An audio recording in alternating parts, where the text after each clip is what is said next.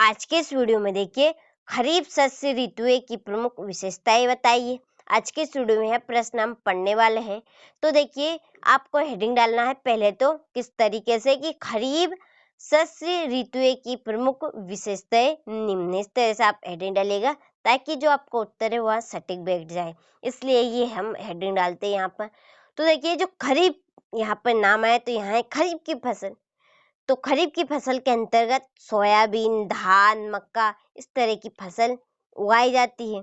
तो देखिए खरीफ की फसलों को पकने में कम समय लगता है। जो खरीफ की फसलें होती है उन्हें पकने में कम समय लगता है। देखिए इन फसलों के प्रति हेक्टेयर उत्पादन कम होता है।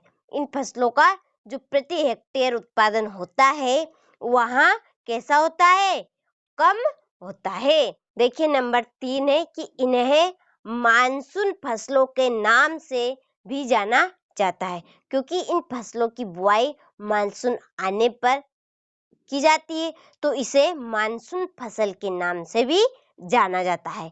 इसके बाद नंबर 4 है कि इन फसलों का उत्पादन कम होता है। देखिए इन्हें पकने में कम समय लगेगा तो इनका उत्पादन भी कम निकलेगा, ये उत्पादन में भी ये फसलें कम होगी, इसलिए इन फसलों का उत्पादन कैसा होगा, कम होता है। नंबर 5 है कि यह फसल वर्षा ऋतु के आगमन यानी कि आने पर बोई जाती।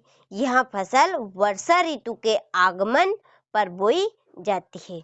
और उदाहरण में आप लिखिएगा सोयाबीन, धान, बाजरा, मक्का आदि।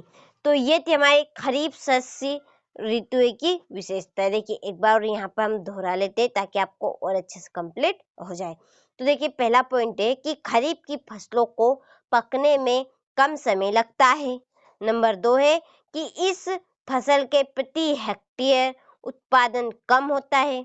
नंबर 3 कि इन्हें मानसून फसलों के नाम से भी जाना जाता है।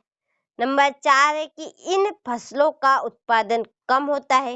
और नंबर 5 पे आप लिखिएगा कि यह फसल वर्षा ऋतु के आगमन पर बोई जाती है। यदि और भी आपको लिखने हो तो आप लिख सकते हैं कि इन फसलों की कटाई सितंबर और अक्टूबर के बीच में की जाती है और इनकी जो बुआई होती है वहाँ जून और जुलाई में की जाती है। 2 पॉइंट और है तो आप लिखना चाहते तो लिख सकते हैं, यदि आप भूल भी जाते हैं तो यहाँ से बड़ा सा स्क्रीनशॉट ले लीजिए शुरू से और अच्छे से इस प्रश्न को नोट करिएगा। आशा है कि मुझे आपको यह प्रश्न अच्छे से समझ में आ गया होगा, तो अच्छे से नोट करिएगा और अच्छे से कंप्लीट करिएगा।